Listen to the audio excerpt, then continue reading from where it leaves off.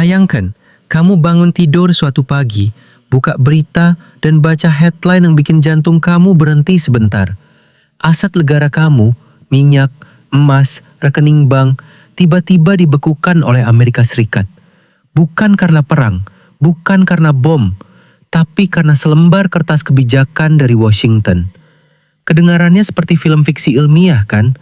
Tapi ini bukan fiksi, ini yang terjadi pada Venezuela. Dan pertanyaannya sekarang adalah, bisakah ini terjadi pada Indonesia? Kalau kamu sedang nonton video ini sekarang, bantu aku buktikan sesuatu. Teman-teman di luar sana bilang konten seperti ini terlalu berat, terlalu serius, dan gak akan ditonton orang Indonesia. Tapi aku percaya, kita adalah bangsa yang cerdas dan ingin tahu kebenaran. Kalau kamu setuju, tinggalkan komentar satu kata di bawah, merah putih, dan bantu aku tunjukkan bahwa orang Indonesia peduli dengan nasib negaranya sendiri. Assalamualaikum, hari ini kita nggak akan bicara tentang gosip, kita nggak akan bahas drama selebriti, kita akan bicara tentang sesuatu yang jauh lebih penting, tentang bagaimana sebuah negara yang kaya raya bisa dirampok secara legal, dan pelajaran apa yang bisa Indonesia ambil sebelum terlambat. Mari kita mulai dari Venezuela. Negara ini punya cadangan minyak terbesar di dunia, lebih besar dari Arab Saudi, lebih besar dari Irak. Sekitar 303 miliar barel minyak terkubur di bawah tanah mereka. Pada tahun 1970-an, Venezuela adalah salah satu negara terkaya di Amerika Latin. Pendapatan per kapita mereka setara dengan negara-negara Eropa. Orang Venezuela pergi liburan ke Miami seperti orang Jakarta pergi ke Bali. Tapi sekarang, lebih dari 7 juta warga Venezuela telah meninggalkan negara mereka sejak 2015. Ini salah satu krisis pengungsian terbesar di dunia, melebihi krisis Suriah dalam hal jumlah. Inflasi mereka pernah mencapai 1 juta % dalam 1 tahun. 1 juta %. Bayangkan, harga nasi goreng di warteg langganan kamu naik dari Rp20.000 menjadi Rp200 miliar dalam 12 bulan. Tapi, ini bukan hanya soal salah urus ekonomi. Ada sesuatu yang lebih gelap di balik ini. Pada Januari 2019, Amerika Serikat menjatuhkan sanksi besar-besaran terhadap perusahaan minyak negara Venezuela, PDVSA. Bukan sanksi biasa. Amerika membekukan aset Venezuela yang berada di bawah yurisdiksi mereka, melarang perusahaan Amerika berbisnis dengan Venezuela, dan bahkan menekan negara-negara lain untuk ikut memboikot. Di saat yang sama, Amerika mengakui pemimpin oposisi Juan Guaido sebagai presiden sah Venezuela, bukan Nicolas Maduro yang menang pemilu. Bank of England punya cadangan emas Venezuela senilai sekitar 1,95 miliar dolar. Venezuela minta emas mereka dikembalikan. Bank of England menolak. Kenapa? Karena tekanan dari Amerika Serikat dan Inggris yang tidak mengakui pemerintah Maduro. Jadi, emas Venezuela, milik rakyat Venezuela, tersandra di London tanpa bisa disentuh. Ini bukan perampokan dengan pistol. Ini perampokan dengan kebijakan luar negeri. Sekarang, kamu mungkin berpikir, oke, tapi Venezuela kan memang ada masalah korupsi dan pemerintahan buruk. Indonesia beda. Dan kamu ada benarnya, sampai titik tertentu. Tapi duduk dulu, karena ada beberapa kesamaan antara Venezuela dan Indonesia yang perlu kamu tahu. Pertama, minyak. Indonesia memang bukan lagi eksportir minyak besar seperti dulu. Kita bahkan sudah keluar dari OPEC pada 2016 karena produksi kita menurun. Tapi, Indonesia masih sangat bergantung pada sumber daya alam. Batu bara, nikel, kelapa sawit, semuanya adalah komoditas yang dicari dunia. Dan disinilah letak kerentanan pertama kita. Nikel adalah contoh paling segar. Indonesia punya cadangan nikel terbesar di dunia, sekitar 21 juta ton metrik.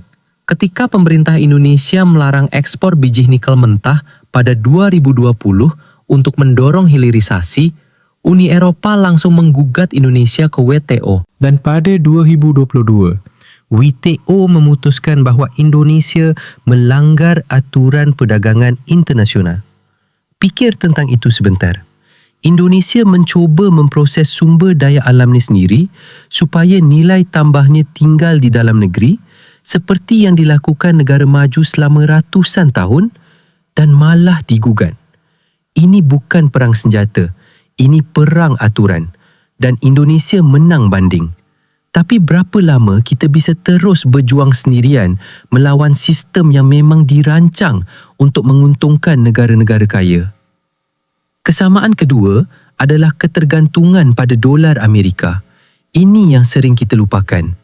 Hampir semua transaksi komoditas global, minyak, gas, batu bara, bahkan beras dalam skala internasional dilakukan dalam dolar Amerika Serikat. Artinya, Federal Reserve Amerika Serikat dengan keputusan suku bunga mereka bisa langsung mempengaruhi nilai rupiah kita.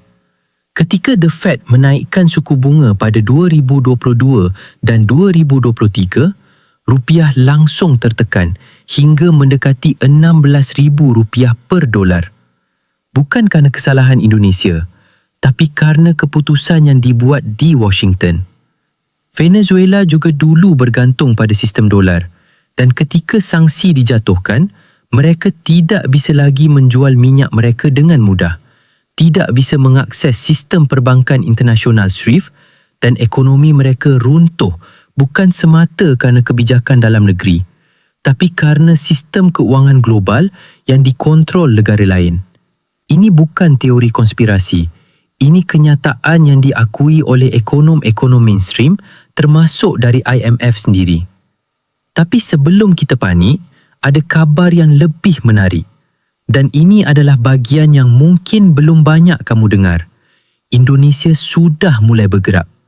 Sejak 2023, Indonesia mulai aktif mendorong perdagangan menggunakan mata wang lokal, rupiah, ringgit, baht, yuan, bukan dolar.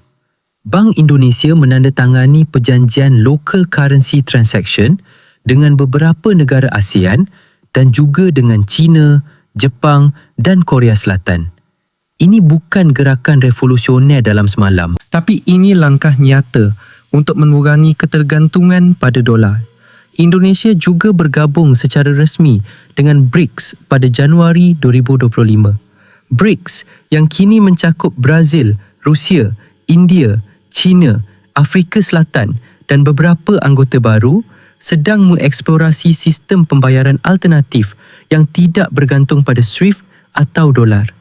Apakah ini solusi sempurna? Belum tentu. Tapi ini sinyal bahawa Indonesia tidak mahu menaruh semua telur dalam satu keranjang yang dikontrol Washington. Dan ada satu lagi, hilirisasi nikel yang tadi kita sebut. Meskipun digugat di WTO, Indonesia tidak mundur sepenuhnya. Pabrik-pabrik smelter nikel bermunculan di Sulawesi.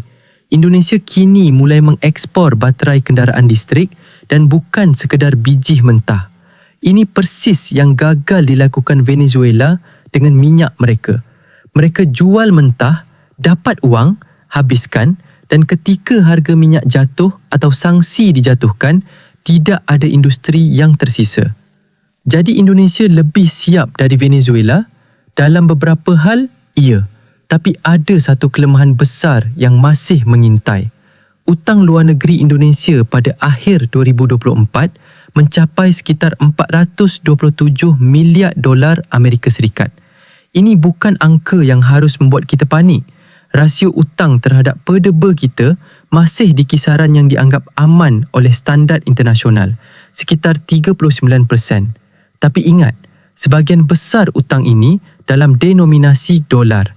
Artinya, kalau rupiah melemah drastis, misalnya kerana sanksi ekonomi atau tekanan geopolitik, beban utang kita secara otomatis membengkak.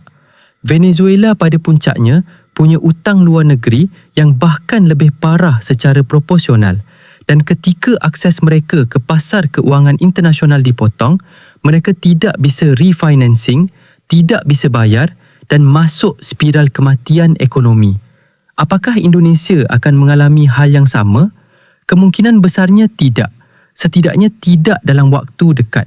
Indonesia punya diversifikasi ekonomi yang jauh lebih baik dari Venezuela. Kita punya industri manufaktur, pariwisata, pertanian Dan sektor digital yang berkembang. Kita bukan negara monokomoditas seperti Venezuela yang hampir 90% ekspornya adalah minyak. Tapi, dan ini adalah tapi yang besar, kondisi geopolitik global sedang berubah dengan cepat. Perang dagang antara Amerika dan China yang dimulai era Trump dan berlanjut hingga sekarang menempatkan negara-negara seperti Indonesia dalam posisi yang sangat sulit. Harus memilih pihak atau dicurigai oleh keduanya. China adalah mitra dagang terbesar Indonesia. Amerika adalah mitra keamanan strategis dan pasar ekspor penting. Kalau ketegangan antara keduanya memuncak dan tanda-tandanya sudah ada di mana-mana, dari Laut China Selatan sampai perang chip semikonduktor, Indonesia tidak bisa selamanya duduk di tengah tanpa mendapat tekanan dari salah satu sisi. Dan di sinilah pelajaran terpenting dari Venezuela. Venezuela tidak jatuh kerana bodoh. Pemimpin mereka, mulai dari Hugo Chavez hingga Maduro, punya visi. Chavez menggunakan wang minyak untuk membangun sekolah, rumah sakit dan program sosial. Angka kemiskinan Venezuela turun drastis di era awal Chavez. Tapi mereka membuat satu kesalahan fatal. Mereka tidak membangun ketahanan sistemik. Mereka tidak diversifikasi. Mereka tidak kurangi ketergantungan pada satu komoditas dan satu sistem keuangan global. Dan ketika sistem itu berbalik melawan mereka, melalui sanksi, melalui manipulasi harga minyak, melalui tekanan diplomatik, mereka tidak punya fondasi untuk bertahan. Indonesia sedang berada di persimpangan jalan yang mirip. Kita punya sumber daya, kita punya populasi besar dan pasar domestik yang kuat. Kita punya posisi geografis yang strategis. Ini semua adalah keunggulan. Tapi keunggulan ini hanya bermakna kalau kita membangun sistem yang tahan terhadap guncangan dari luar.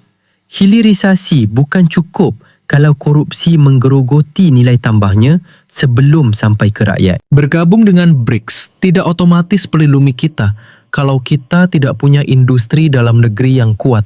Dan diversifikasi perdagangan tidak berarti banyak kalau sistem hukum dan birokrasi kita masih membuat investor lokal lebih memilih parkir uang di Singapura daripada investasi di Jawa atau Kalimantan. Jadi apa yang bisa kamu lakukan?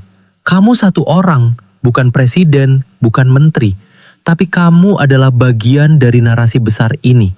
Mulai dari memahami, negara yang rakyatnya paham geopolitik dan ekonomi lebih sulit dimanipulasi, baik oleh pihak luar maupun oleh pemimpin yang tidak bertanggung jawab di dalam. Venezuela jatuh juga karena sebagian rakyatnya tidak kritis terhadap kebijakan pemimpinnya. Dalam dua arah, ada yang membela Chavez tanpa syarat, ada yang menginginkan sanksi Amerika tanpa sadar itu justru menyengsarakan rakyat biasa. Kita tidak boleh mengulangi kesalahan itu. Venezuela dirampok, sebagian karena tekanan luar, sebagian karena kelemahan dalam. Indonesia punya semua bahan untuk tidak senasib dengan mereka. Tapi bahan-bahan itu perlu dimasak dengan benar, dengan kebijakan yang cerdas, pemimpin yang tidak mudah ditunggangi kepentingan asing, dan rakyat yang melek terhadap permainan besar yang sedang berlangsung di panggung dunia. Karena pada akhirnya, pertanyaannya bukan apakah Amerika atau China akan menyerang Indonesia. Pertanyaannya adalah, apakah kita cukup kuat dari dalam untuk tidak perlu diserang pun sudah runtuh sendiri. Kalau video ini membuka pikiran kamu, bagikan ke satu orang yang kamu rasa perlu menonton ini. Tinggalkan komentar dengan apa yang paling mengejutkan kamu hari ini. Dan kalau kamu ingin terus belajar tentang ekonomi, geopolitik, dan nasib bangsa kita dengan cara yang gak bikin ngantuk, subscribe sekarang. Karena masih banyak yang perlu kita bahas bersama.